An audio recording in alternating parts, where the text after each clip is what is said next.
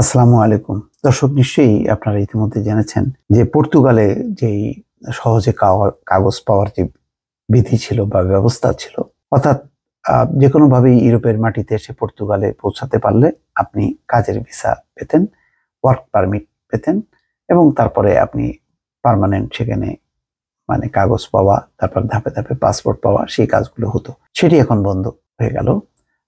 দুদিন হলো এবং 41টা আইন প্রবর্তন করা হয়েছে। এর মধ্যে তারা অন্য একটি ব্যবস্থা নিয়েছে, সেটি অবশ্য সাধারণের জন্য না। খবরের শিরোনামটি পড়লেই বুঝতে পারবেন। আবাসন সংকট কাটাতে ধনী বিদেশিদের সংহতি ভিসা দেবে পর্তুগাল। আবার সেই অর্থাৎ গোল্ডেন ভিসার অনুকরণে সলিডারিটি বা সংহতি ভিসা চালু করার পরিকল্পনা নিয়েছে দেশটির নতুন সরকার। আবাসন সংকটে ভুগছে পর্তুগাল, তাই অভিবাসীদের বাসস্থান এবং দেশটিতে নাগরিকদের সাশ্রয়ী মূল্যে অভিবাসন দিতেই গোল্ডেন ভিসার মতো একটি প্রকল্প নেওয়া হয়েছে। বার্তা সংস্থা রয়টার্সকে মঙ্গলবার এই তথ্য দিয়েছেন দেশটির মন্ত্রিপরিষদ বিষয়ক মন্ত্রী অ্যান্তোনিও লাইতো আমারো। মন্ত্রী বলেন, সলিডারিটি বা সংহতি ভিসা নামের এই প্রকল্পটি গোল্ডেন ভিসা প্রকল্পের পরিপূরক হবে।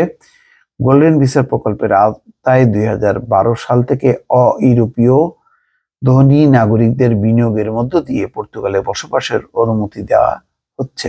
গোল্ডেন ভিসা চালুর পর থেকে এর আওতায় বিদেশিরা 730 কোটি ইউরো বিনিয়োগ করেছেন পর্তুগালে। তবে সমালোচকরা বলছেন, এই ভিসা প্রকল্প আবাসন সংকটকে আরো বাড়িয়ে তুলেছে। পর্তুগালের সদ্য বিদায়ী সরকার গত বছর 14 মার্চের পর থেকে গোল্ডেন ভিসা প্রকল্প বন্ধ করে দেয়। এটি বন্ধে পর্তুগালের উপর ইউরোপীয় ইউনিয়নও চাপ দিয়ে আসছিল। পর্তুগালের দীর্ঘমেয়াদে আবাসনে আগ্রহী, অর্থাৎ আবাসন খাতে যারা বিনিয়োগ করবে তাদের জন্য এই ভিসা। পর্তুগালের দীর্ঘমেয়াদে বসবাসে আগ্রহী ধনী বিদেশিরা রিয়েল এস্টেট বা আবাসন খাতে বিনিয়োগে বেশি আগ্রহ দেখিয়েছেন, কিন্তু সেই সুযোগ সীমিত করে এনেছিল আগের সরকার। বরং সংস্কৃতির বিকাশ, গবেষণা কিংবা কর্মক্ষেত্র তৈরি হবে এমন উদ্যোগে বিনিয়োগকে উৎসাহিত করা হচ্ছিল। 2007 সাল থেকে ইউরোপের যে কোনো দেশের ভিসা নিয়ে আসা ব্যক্তিদের কাজের আওতায় নিয়মিত হওয়ার সুযোগ দিয়ে আসছিল লিসবন। 2018 সালে অনিয়মিত অধিবাসীদেরও জন্য এই সুযোগ করে দেয় সাবেক সোশ্যালিস্ট সরকার। অর্থাৎ ওই যে কোনোভাবে আসার পর সে ওয়ার্ক ভিসা পেত।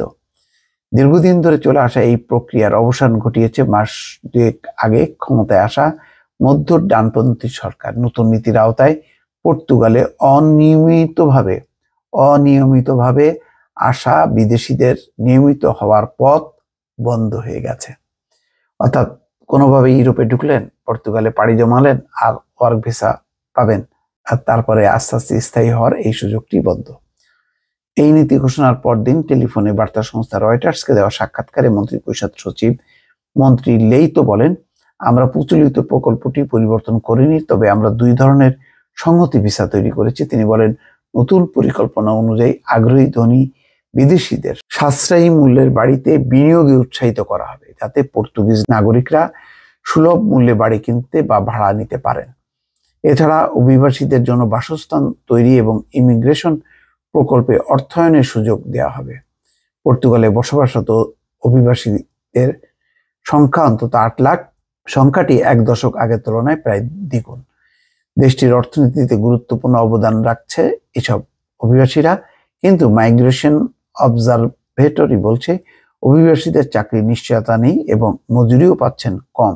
অনেকেই দেশটিতে থাকার জন্য বাসা খুঁজে পাচ্ছেন না। এক বাসায় গাদাগাদি করে অনেককে থাকতে হচ্ছে। কেউ কেউ রাত কাটাচ্ছেন রাস্তায়। বাসা ভাড়া বেড়েছে, তীব্রভাবে বেড়ে গেছে বাড়ির দামও। পর্যটনের জন্য বিশেষভাবে পরিচিত লিসবন ও পোর্তো শহরে এই সংকট আরো তীব্র হয়েছে।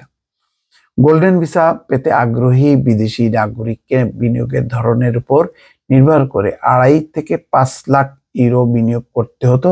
লেইতো বলেন, সরকার নতুন সংহতি ভিসার জন্য বিনিয়োগের পরিমাণ এখনো নির্ধারণ করেনি, তবে বিনিয়োগকারীদের আকৃষ্ট করতে অন্যান্য পদ্ধতির চেয়ে এক্ষেত্রে বিনিয়োগের পরিমাণ কম ধরা হবে।